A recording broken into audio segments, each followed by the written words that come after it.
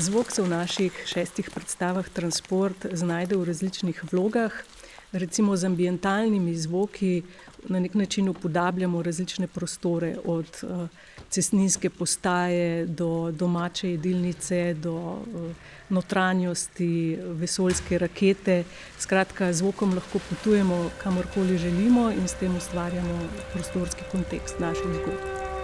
Kot drugo pa smo zvok postavili tudi v vlogo animatorja. Uprizoritvena strategija naših predstav je namreč taka, da s figurami sestavljamo relativno statične slike, katere pa mora potem gledalec v svoji domišljiji med sabo povezati v kontinuirane dogodke.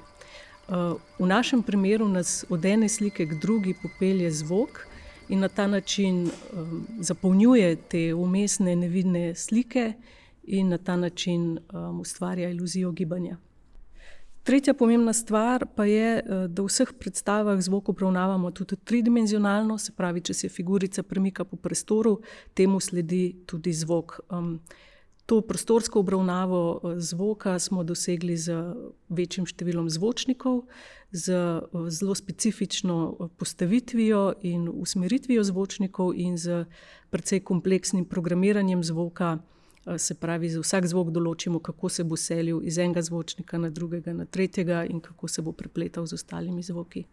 Meni je najbolj zanimivo pri celem projektu, pri procesu, pri metodi, ki jo uporabljamo za zvok, to, kako zvok sproža domišljijo gledalca, kako kljub temu, da nečesa ne vidimo, pa če imamo zraven zvok, si lahko predstavljamo, kaj se dogaja in nam v bistvu domišljija zapolnjuje tisto, česar v sliki pravzaprav ni.